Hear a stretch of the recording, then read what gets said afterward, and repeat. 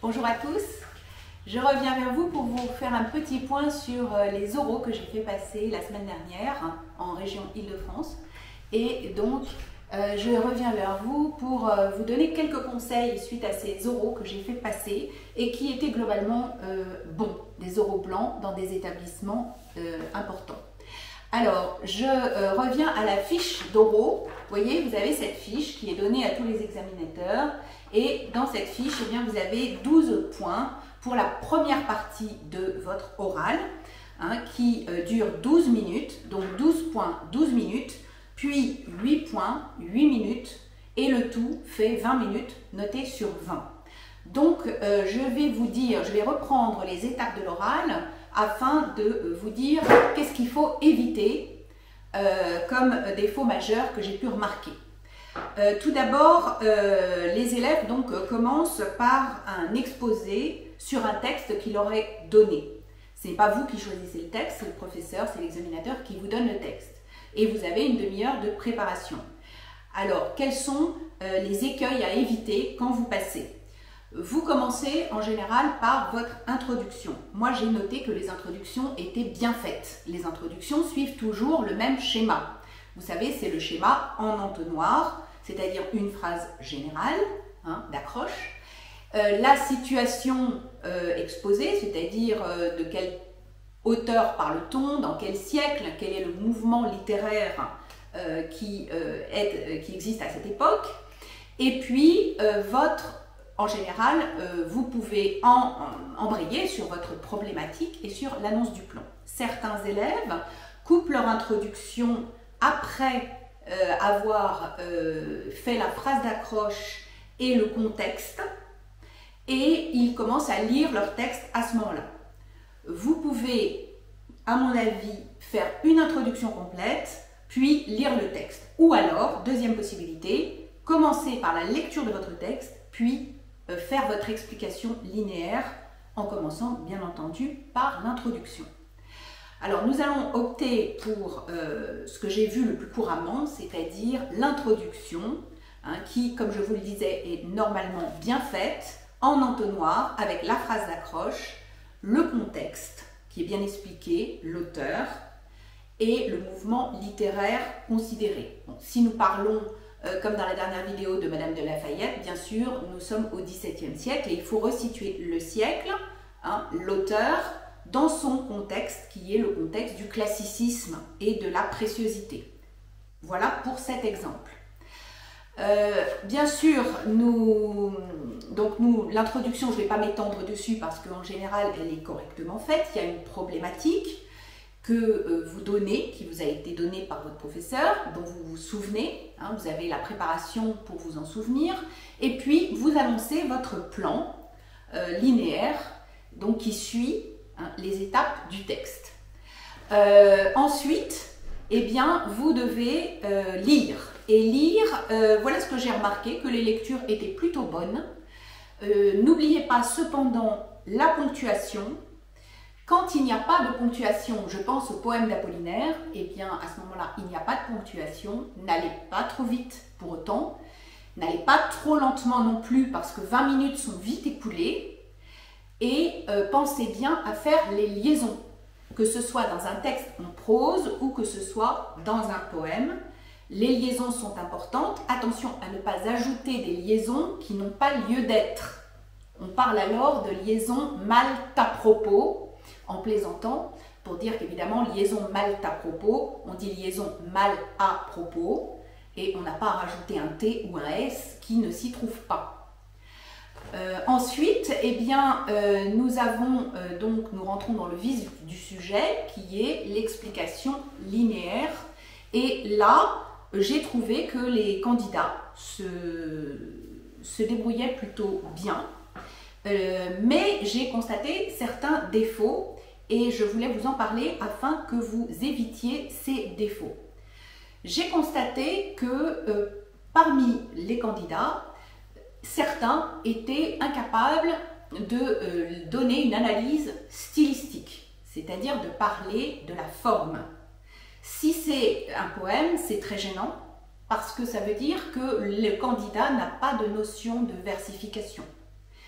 Si vous êtes face à un poème, vous devez vous rappeler ce que votre professeur vous a enseigné, c'est-à-dire au moins donner la forme du poème. S'il s'agit de 2 quatrains suivis de 2 tercets, c'est un sonnet. Vous devez dire si c'est un sonnet en alexandrin.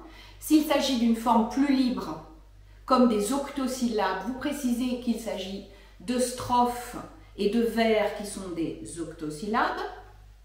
S'il s'agit d'une forme beaucoup plus moderne, vous parlez également du style, parce que à ce moment-là, vous avez quand même des assonances, c'est-à-dire des répétitions de voyelles.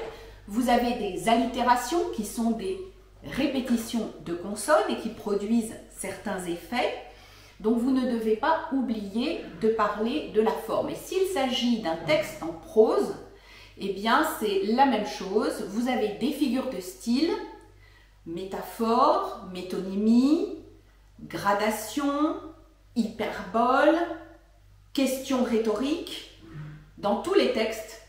Donc il faut mettre l'accent sur ces figures de style et dire quel est le but de l'auteur, pourquoi il les a utilisées. La problématique est importante. Il faut éviter, si on a un bon niveau de langue, de mélanger les formulations directes et indirectes. C'est-à-dire, j'ai entendu par exemple, nous nous demanderons si le laid se définit-il comme l'opposé du beau. Je répète, nous nous demanderons si le laid se définit-il comme l'opposé du beau. Bien sûr, cette phrase n'est pas syntaxiquement correcte. Il s'agit d'une interrogation indirecte et donc il ne faut pas inverser le verbe et le sujet. Donc nous dirons, nous nous demanderons si le laid se définit comme l'opposé du beau. Voilà ce qu'il faut dire si on est au style indirect. En revanche, si on est au style direct, on fait sauter le verbe de parole, donc on supprime le nous nous demanderons si, et nous disons cette phrase-là, le laid se définit-il comme l'opposé du beau? Point d'interrogation. Donc on a le choix, soit on dit nous nous demanderons si le lait se définit comme l'opposé du beau, et il n'y a pas de il, ou alors on dit le lait se définit-il comme l'opposé du beau? Point d'interrogation. Donc l'explication linéaire doit être à la fois sur le plan du fond, c'est-à-dire des thématiques, et de la forme, c'est-à-dire du style. Et vous devez à tout prix éviter ce qu'on appelle la paraphrase. La paraphrase, c'est dire moins bien ce que l'auteur a dit. On se doute bien que dans la plupart des textes, c'est quand même relativement clair, on comprend ce que l'auteur a voulu dire. Vous n'êtes pas là devant un texte en ancien français du XIIe siècle. Donc, évitez de commenter ce que dit l'auteur sans tirer une conclusion personnelle, sans apporter quelque chose de nouveau dans votre analyse. Si vous ne faites que commenter ce que dit l'auteur, c'est-à-dire répéter ce qu'il dit sans rien ajouter, eh bien, vous faites de la paraphrase. Ensuite, je passe à la question de grammaire. À peu près 50% des candidats sont incapables de traiter la question de grammaire. Les questions de grammaire sont pourtant relativement simples. On vous pose en général des questions sur les formes de l'interrogation, c'est-à-dire qu'il faut répondre si dans le texte l'interrogation est totale ou partielle, si elle est directe ou indirecte. Et puis on vous pose des questions sur les propositions subordonnées qui peuvent être de 4 ordres, soit des propositions subordonnées relatives. Celles-ci ont une fonction bien particulière qui est complément de l'antécédent qui se trouve dans la principale, dans la proposition principale. Ou alors vous avez des propositions subordonnées interrogatives indirectes. Je me demande si j'irai au lycée demain. Proposition subordonnée interrogative indirecte. Et vous avez aussi les propositions subordonnées conjonctives complétives qui sont compléments d'objet direct ou indirect du verbe de la principale. Donc, troisième sorte de proposition. Donc, nous avons déjà les relatives, les conjonctives complétives, les subordonnées interrogatives indirectes et nous avons aussi les subordonnées circonstancielles de temps, de lieu, de cause, de but. Il y en a toute une palanquée et leur fonction, c'est toujours complément circonstanciel de temps, de cause, de but, de conséquence, du verbe, de la principale. Voilà pour les fonctions des subordonnés. Si vous connaissez vos propositions subordonnées, que vous ne les mélangez pas avec des propositions indépendantes, eh bien vous avez quand même une chance, en connaissant la nature des subordonnés et leurs fonctions, d'avoir vos 2 points sur 2 à la question de grammaire. Et puis nous passons à la deuxième partie de l'entretien, celle qui dure 8 minutes et qui porte sur une œuvre présentée par le candidat. En général, il y a 2 possibilités. Soit c'est une œuvre récente, contemporaine, que l'examinateur ne connaît pas forcément, soit c'est une œuvre qu'on va appeler classique, que l'examinateur a toutes les chances de connaître. À ce moment-là, ça va avoir des conséquences sur l'entretien qui suit, qui est noté sur 4. Pour résumer, la présentation de l'œuvre est notée sur 4 et l'entretien qui suit, là où vous devez répondre aux questions de l'examinateur, eh bien cette partie-là est notée sur 4 également. Dans la première partie, c'est vous qui parlez. On ne vous pose pas normalement de questions. Vous présentez l'œuvre. En général, vous avez appris par cœur le résumé de l'œuvre et vous justifiez votre choix de cette œuvre. Alors, évitez les justifications pour raisons familiales. Par exemple, c'est ma sœur qui m'a conseillé de lire ce livre parce que, vous comprenez, je ne lis pas du tout. Ou alors, ce livre était vraiment très court. Du coup, je l'ai choisi parce qu'il était beaucoup plus court que ceux qu'on me proposait. Donc, vous évitez ça, évidemment. Vous devez donner des bonnes raisons d'avoir choisi ce livre, quel qu'il soit. Des raisons qui portent sur le fond du livre et sur la forme également, sur l'écriture du livre. Si vous avez choisi par exemple une œuvre relativement récente, on va dire contemporaine, comme L'amant de Marguerite Duras, vous allez dire pour quelles raisons vous avez aimé cette histoire, parce que vous aimez les romans, par exemple, que vous vous intéressez aux romans, que vous vous intéressez au cadre spatio-temporel qui est décrit dans cette histoire, qui est l'Indochine, à l'époque de la colonisation. Et puis, vous allez dire aussi que vous vous intéressez aux nouveaux romans et que vous appréciez l'écriture de ce roman et notamment tout ce qu'il apporte d'innovation en matière stylistique. Et vous parlerez de l'écriture blanche de Marguerite Duras et de son usage du style indirect libre, ce qui est une nouveauté dans le roman. Donc, vous voyez, il ne faut pas dire des raisons qui ne sont pas pertinentes. Vous devez parler de raisons littéraires et pas donner de raisons trop personnelles. Si vous choisissez une œuvre classique, je pense par exemple à Madame Bovary, attendez-vous à des questions qui seront relativement précises parce que l'examinateur connaît cette œuvre et qu'il va être tenté de voir si vous vous en souvenez dans les moindres détails. Il va vous poser un certain type de questions. Par exemple, pour Madame Bovary, il peut vous demander « Qu'est-ce que le bovarisme ?» Donc, vous devez avoir fait une recherche au préalable sur tous les thèmes qui sont afférents à l'œuvre présentée. Donc, qui dit Madame Bovary dit que vous devez avoir connaissance de ce qu'est le bovarisme. Vous devez avoir connaissance de certaines citations de Flaubert. Par exemple, votre examinateur peut vous demander « Commentez cette citation de Flaubert, Madame Bovary, c'est moi ». À ce moment-là, n'ayez pas l'air de découvrir la citation, il faut que vous soyez capable de bâtir un argumentaire assez rapidement et que vous ayez connaissance de cette citation, c'est mieux que si vous n'en avez pas connaissance. Vous devez aussi connaître des œuvres du même auteur. Si vous présentez Madame Bovary, ayez quand même une idée de ce que Flaubert a écrit dans l'éducation sentimentale. Si vous présentez l'éducation sentimentale de Flaubert, l'examinateur peut vous poser des questions extrêmement larges. Par exemple, vous demandez sous quel régime politique l'histoire s'est déroulée. Il faudra répondre qu'il s'agit de la fin de la monarchie de Juillet, expliquer ce qu'est la monarchie de Juillet et le règne de Louis-Philippe.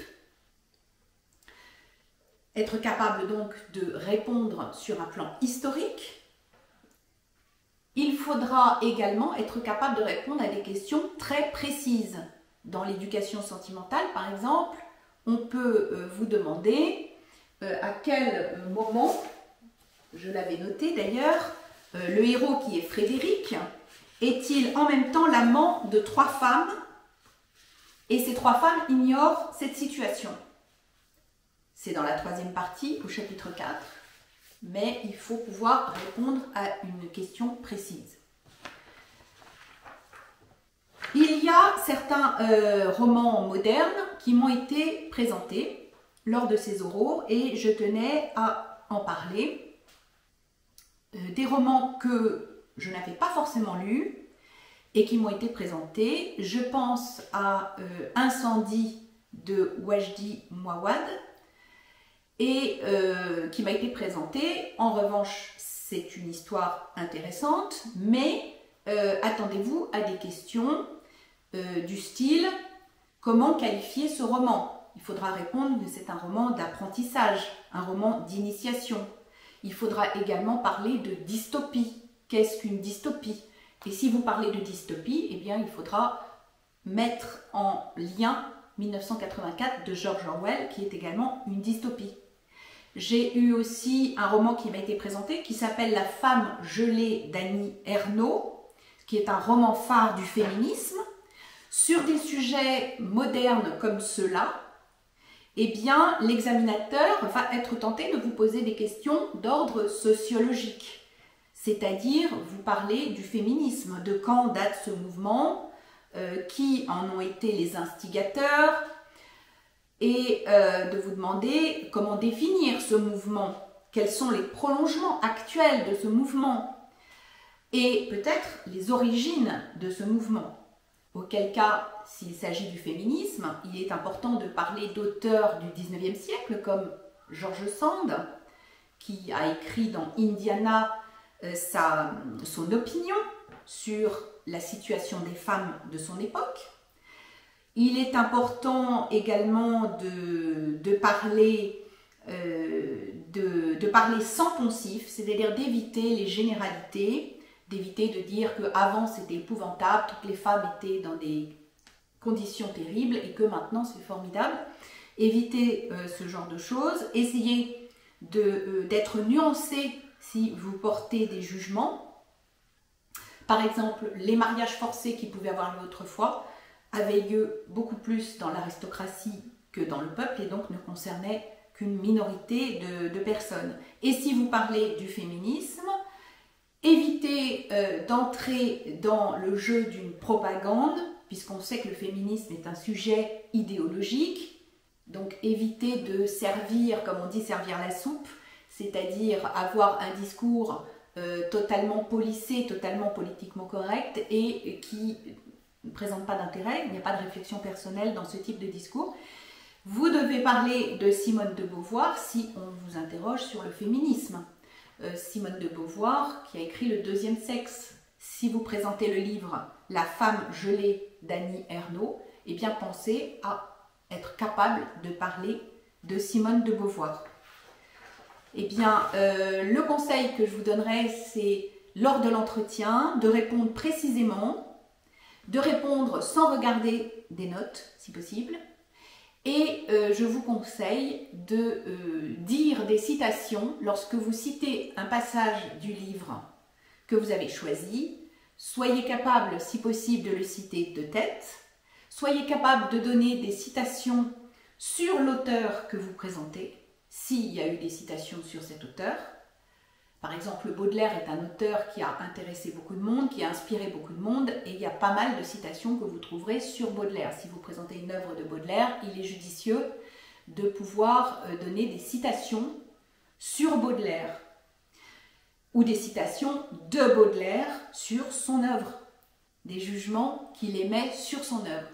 Donc, apprenez des citations, classez-les par ordre alphabétique, classez-les par œuvre. Si vous présentez une œuvre, n'oubliez pas de donner des citations sur cette œuvre. Et soyez concis, ne perdez pas trop de temps dans l'explication linéaire parce qu'il ne restera pas assez de temps pour la suite et notamment l'entretien, qui est le moment où l'examinateur va juger de votre culture générale. Il faut donc que votre culture générale soit perceptible, qu'elle existe, et notamment que l'examinateur puisse apprécier votre capacité à faire les liens entre les époques, entre les œuvres, et votre capacité à comprendre ce qu'est la notion de réécriture d'une œuvre, et c'est la notion d'intertextualité, c'est-à-dire la mise en rapport des œuvres les unes avec les autres, et c'est ça qui vous apportera des points. N'oubliez pas d'avoir du sens critique, de l'esprit critique, c'est ce qui manque le plus aujourd'hui. L'esprit critique, c'est la capacité de prendre de la distance par rapport à vos cours, par rapport aux œuvres étudiées, de les voir comme si on les voyait vues d'avion et de donner un avis motivé, intelligent, un avis précis que vous pouvez illustrer également. Et donc, l'esprit critique, c'est extrêmement important et la réflexion personnelle aussi. Car les examinateurs, je parle en connaissance de cause, sont fatigués d'entendre du par cœur qui est recraché. Et croyez-moi, ça ne donne pas envie de mettre la note maximale. En revanche, l'examinateur éprouve du plaisir à discuter d'égal à égal avec un élève qui n'aura pas appris par cœur, qui aura un jugement personnel et qui sera capable de parler en général de la littérature, particulièrement de la période et de l'auteur qu'il aura choisi, bien entendu. On ne va pas vous interroger sur la littérature médiévale si vous présentez l'Amant de Marguerite Duras. C'est ce que je voulais vous dire pour aujourd'hui et je vous souhaite bon courage dans la révision de vos oraux.